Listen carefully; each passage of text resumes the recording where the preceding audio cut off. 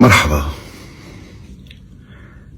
هي الرسالة اللي عم سجلها هلا هي مو موجهة للشعب السوري، رغم اني بدي بارك لكل الشعب السوري بخلاصنا من هالطاغية وهالعائلة وهالحزب يلي دمر سوريا ودمروا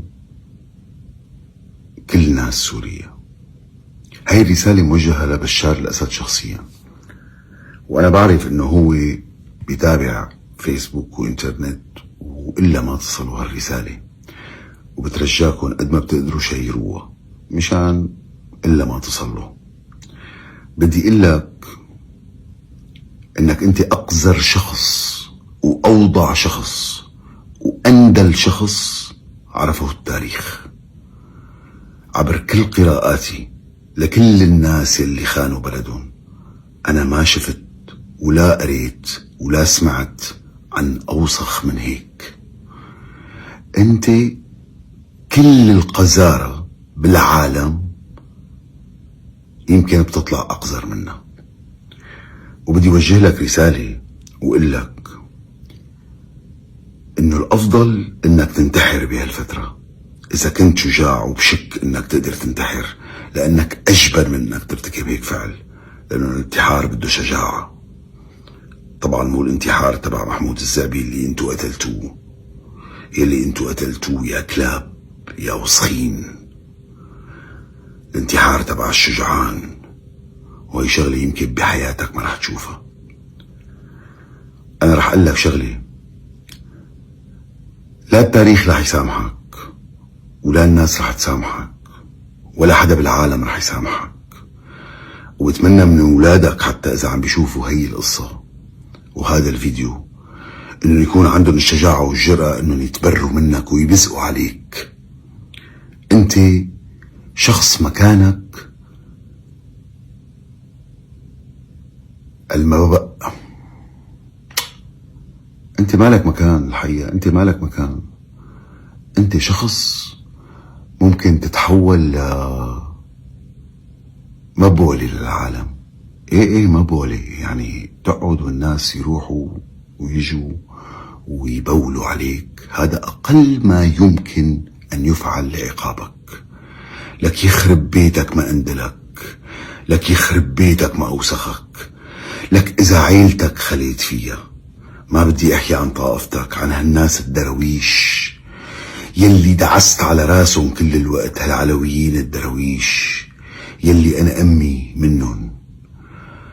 الله لا يوفقك، الله يبهدلك، الله يشرشحك.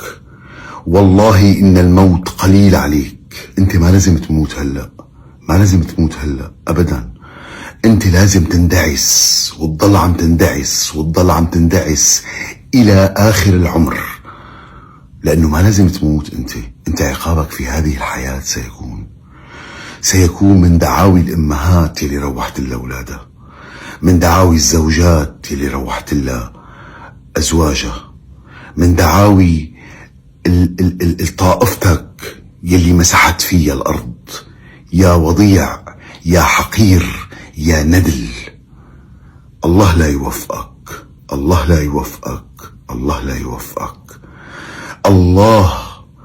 الله يشرشح فيك يعني ويعملك عبرة لكل مين اعتبر. إذا الله عنده عدالة فأنت ما لازم تموت ببساطة، ولا لازم إنه مثلا تنحكم إعدام أو تنعدم. لا لا لا لا، أنت لازم تتساوى تمثال لحتى العالم تضل تبزق عليك.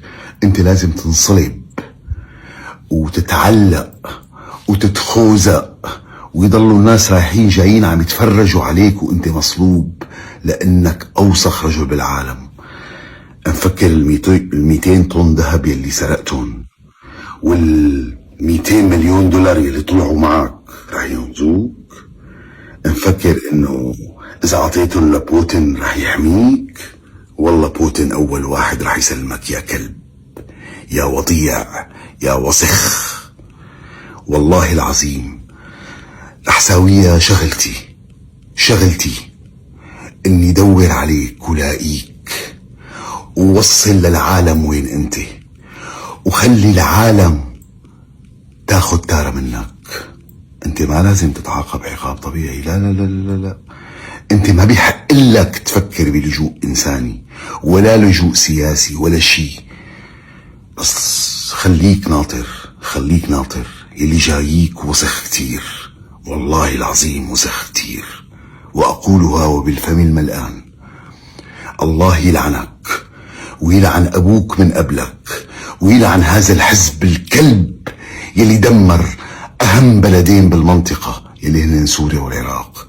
الله لا يوفقكم يا أفشل حزب بالعالم. إذا لسه في حدا بيقول إنه هو من هذا الحزب، لازم يطم حاله بالششامي، مينيموم بالششامي.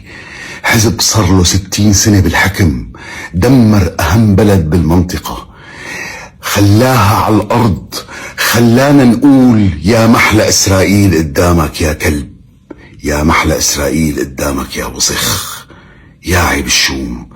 ركبتوا علينا بحجة المقاومة.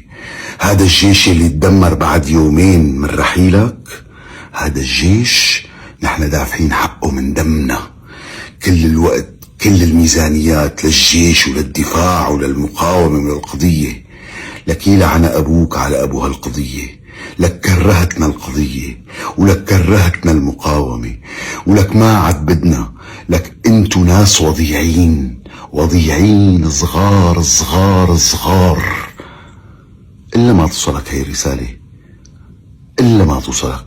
تتذكر وقت شفتك أول مرة وقلت لك كيف بتروح بتشوف هذا الوضيع همام حوت وبتحضر مسرحيته وبتجيبه لعنا على الشام وبتساويه فنان وبتخلي العالم تروح تحضره، وخليتني اضطر أنا اني اخرج له مسرحية تافهة من حفلات الجامعة اللي كان يعملها بحلب.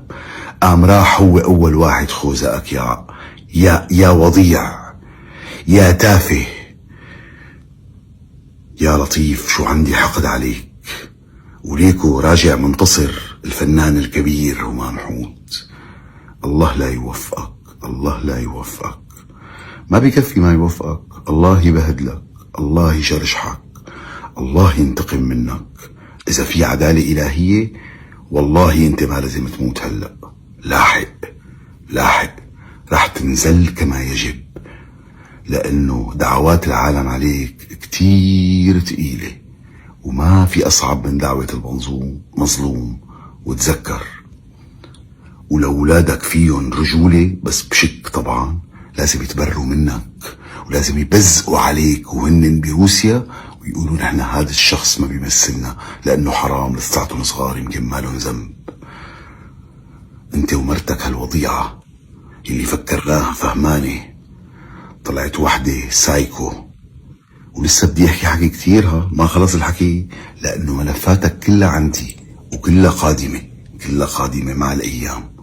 والله لشرشحك، والله لشرشحك، والله لأمسح فيك الأرض أيها الندل. انت ندل، إن شاء الله تكون عم تشوفها.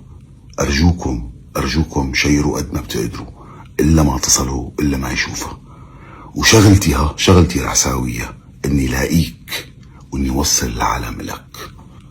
وشكرا لكم، وشكرا لكم، ومبروك لكل السوريين. الشغلة الثانية اللي بدي أحكي فيها هي موضوع أخي عامر. أخي عامر الله يرحمه البطل، الله أنا بعرف قديش رح يكون مبسوط وهو بقبره لما رح يعرف إنك أنت هربت مثل الأرنب، مثل السحلية، مثل الحرباية، مثل أوسخ حيوان بالعالم. وبتمناه من كل السوريين. أنا موضوع عامر موضوع عائلي كتير وما بدي أحكي فيه. إذا أنتوا صدقتوا إنه الموضوع هو إني أنا اختلفت معه، فأنتوا ما فهمتوا أنا شو قلت باللقاء اللي حكيته. أنا قلت إنه هو اللي قرر يعمل هيك، وأنا ما كان عندي حل تاني. لأنه أبي كان بالبلد. أبي هالختيار يلي شوهتوا صورته. الله لا يوفقك لا أنت ولا أبوك، الله لا يوفقك لا أنت ولا أبوك.